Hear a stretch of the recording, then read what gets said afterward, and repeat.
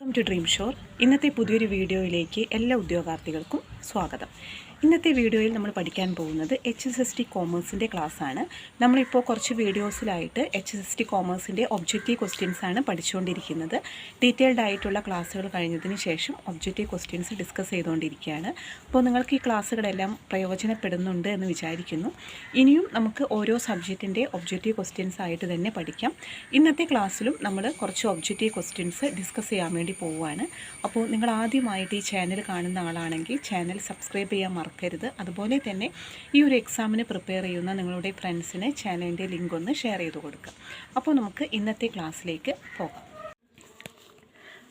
നമ്മൾ ഇന്ന് പഠിക്കാൻ പോകുന്നത് കോർപ്പറേറ്റ് അക്കൗണ്ടിങ്ങിൽ നിന്നുള്ള കുറച്ച് ഒബ്ജക്റ്റീവ് ക്വസ്റ്റ്യൻസ് ആണ്.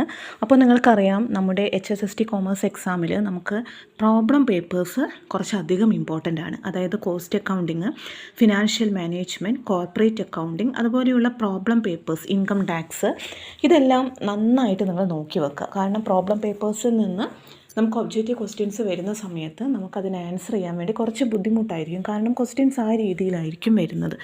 അപ്പോൾ നിങ്ങൾ കറക്റ്റായിട്ട് അത് മനസ്സിലാക്കി പഠിച്ചിട്ടുണ്ടെങ്കിൽ മാത്രമേ നിങ്ങൾക്ക് ആൻസർ ചെയ്യാൻ പറ്റുള്ളൂ. സാധാരണ തിയറി പേപ്പേഴ്സ് ആണെങ്കിൽ നമുക്ക് പെട്ടെന്ന് വായിച്ചു കഴിഞ്ഞാൽ അത് ഏതാണെന്നുള്ള കാര്യം വെച്ച് നമുക്ക് ആൻസർ ചെയ്യാൻ പറ്റും. പക്ഷേ പ്രോബ്ലം പേപ്പേഴ്സിനെ കുറിച്ച് അത്യാവശ്യം നല്ല ഐഡിയ ഉണ്ടെങ്കിൽ നമുക്കതിൻ്റെ ആൻസർ ചെയ്യാൻ പറ്റുള്ളൂ. അതിലുള്ള ഓരോ ടേംസും ആ രീതിയിലായിരിക്കും ചോദിക്കുന്നത്. അപ്പോൾ നമുക്ക് നോക്കാം.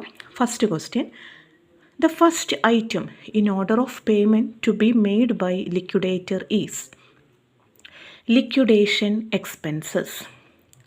Liquidator's statement of receipt and payment is known as liquidator's final statement of account. Third question: a contributory is a debenture holder which is not a preferential creditor. Amount which is not a preferential creditor. Answer: amount due to employee under amalgamation or reconstruction. Fifth question: the dash has a legal right to forfeit the shares to those who fail to pay the amount due.